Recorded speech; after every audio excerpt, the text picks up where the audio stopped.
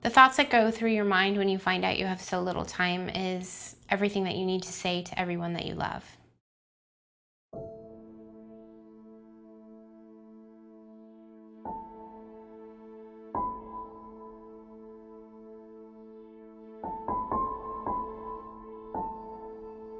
So after getting married is when I first started experiencing the headaches, and they were quite severe. And I didn't understand them because I had never had anything like that before in my life. Right when I was diagnosed, my husband and I were actively trying for a family, which is heartbreaking for us both.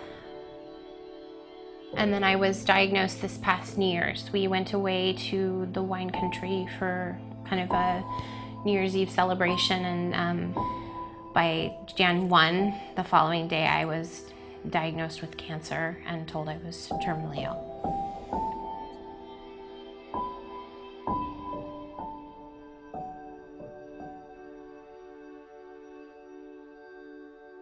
I was told I had a grade 2 astrocytoma, and was told anywhere from 3, maybe 5, up to 10 years to live. I have to tell you, when you're 29 years old, being told you have that kind of timeline still feels like you're being told you're gonna die tomorrow. 70 days post-op, I went in for another MRI and was told I had had a grade change. They were looking and saying it looks like grade 4, which is the worst and most aggressive form of brain cancer. It's called a glioblastoma. So that was a major shock to my system and the system of my family, because it went from having potentially years of time to being told I had like 6 months. My parents spent a couple months, they just wanted to search for a miracle. In the beginning, I hoped for everything. First I hoped that they had just the wrong x-rays, the wrong set of scans. It was all just a big clerical mishap.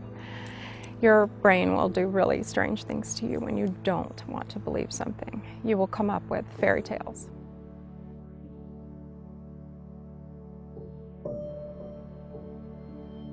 I don't wake up every day and look at it. It's in a safe spot, and I know that it's there when I need it.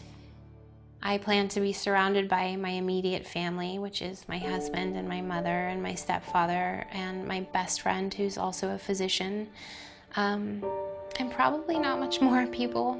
And I will die upstairs in my bedroom that I share with my husband,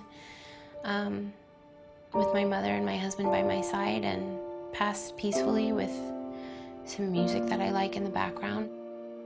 Between suffering or being allowed to decide when enough is enough, it just, to me, makes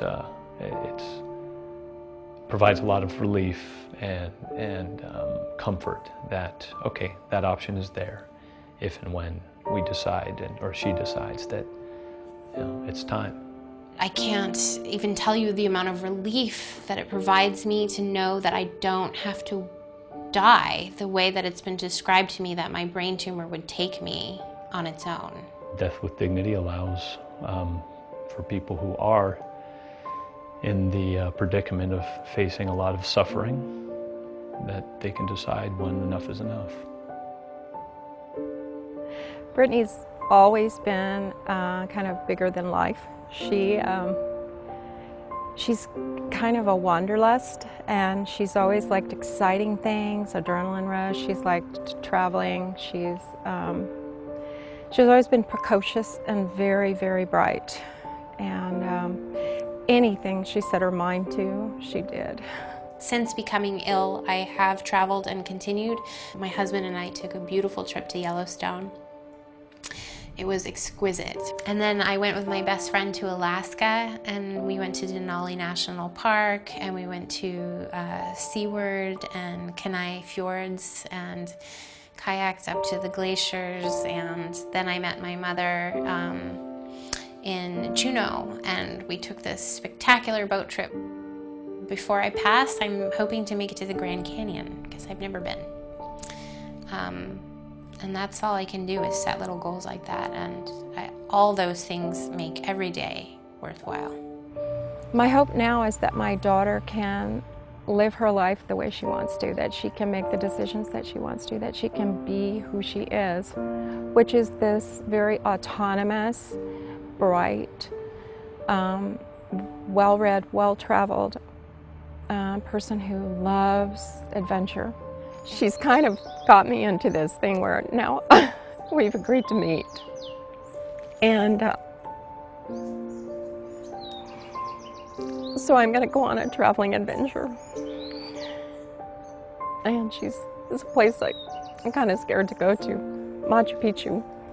A lot of climbing, but she said she'd meet me there. And so damn it, I'll go.